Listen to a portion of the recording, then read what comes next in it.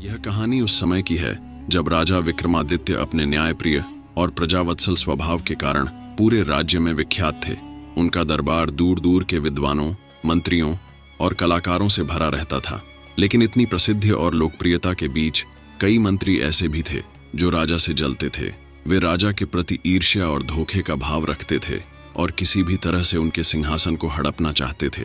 विक्रमादित्य को इन मंत्रियों की असलियत का अंदाजा नहीं था, क्योंकि वे सामने तो राजा के बहुत बड़े हितैषी बनते थे और उन्हें अच्छे अच्छे परामर्श देते थे, परंतु अंदर ही अंदर वे षड्यंत्र रच रहे थे कि कैसे राजा को कमजोर किया जाए। विक्रमादित्य अपनी नेकदिली के कारण इन चालबाजियों से अनजान थे। एक दिन राजा विक्रमादित्य अपने कुछ सैनिकों के साथ शिकार पर निकले। चलते चलते वह एक घने जंगल में पहुंच गए। जंगल का वातावरण बहुत ही शांत और मनमोहक था। शिकार करते करते राजा बाकी सैनिकों से काफी आगे बढ़ गए। तभी उनकी नजर एक वृक्ष पर बैठे एक कौवे पर पड़ी, जो बार बार उन्हें देख रहा था और कांव कांव कर रहा था। राजा ने सोचा कि यह कौवा यहाँ क्यों इस प्रकार शोर कर रहा है। कौवे की इस अजीब हरकत ने राजा का ध्यान आकर्षित किया और उन्होंने उसे ध्यान से देखना शुरू किया। कौवा जैसे उनकी ओर देख रहा था, मानो उसे उनसे कुछ कहना हो। विक्रमादित्य को कौवे की आंखों में एक अजीब चमक और चिंता दिखी। वह समझ नहीं पाए कि इस चतुर पक्षी के मन में क्या चल रहा है, लेकिन कौवा वहीं रुका रहा और उधर ही उड़ने लगा, जैसे कि राजा का ध्यान अपनी ओर खींच रहा हो। राजा विक्रमादित्य कौवे के व्यवहार से हैरान थे। अंततः कौवा उड़ता हुआ एक गहरे और घने पेड़ों के बीच स्थित स्थान पर चला गया और बार बार कांव कांव की आवाज निकालने लगा।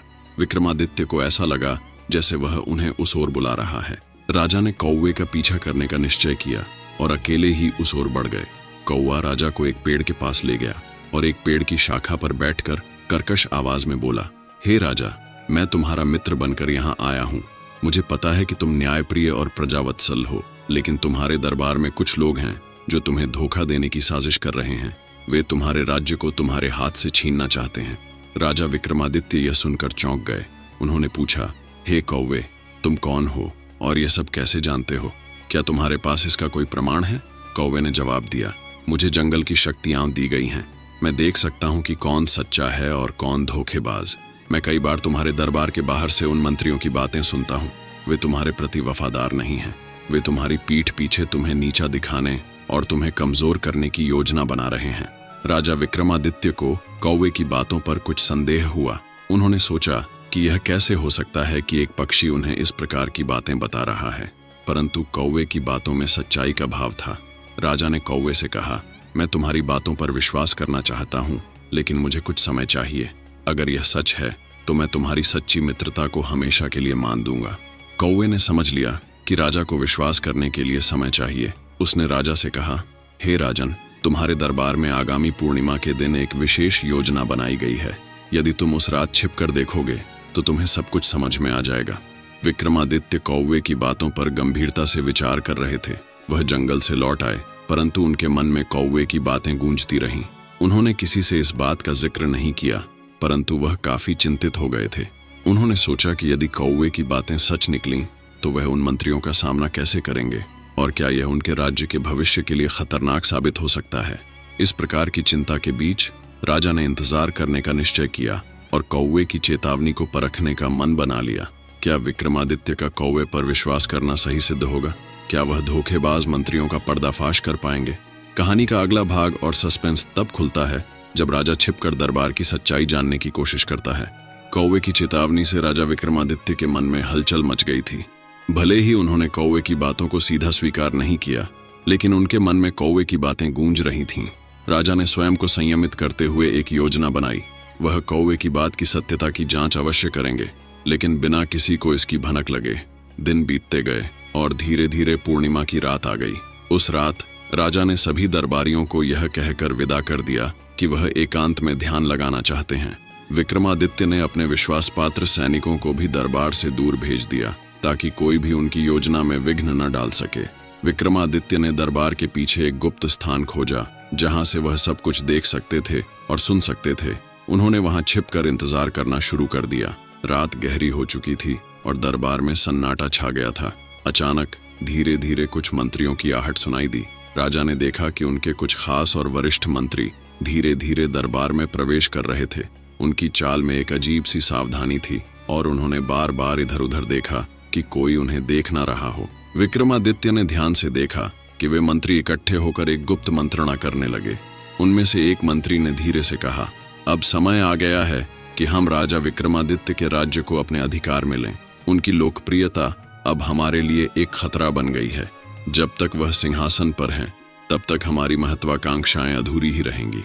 राजा विक्रमादित्य यह सुनकर चौंक गए। उन्होंने कभी सपने में भी नहीं सोचा था कि उनके अपने मंत्री उनके प्रति इतनी गहरी घृणा और छल रखते हैं। राजा ने और ध्यान से सुना।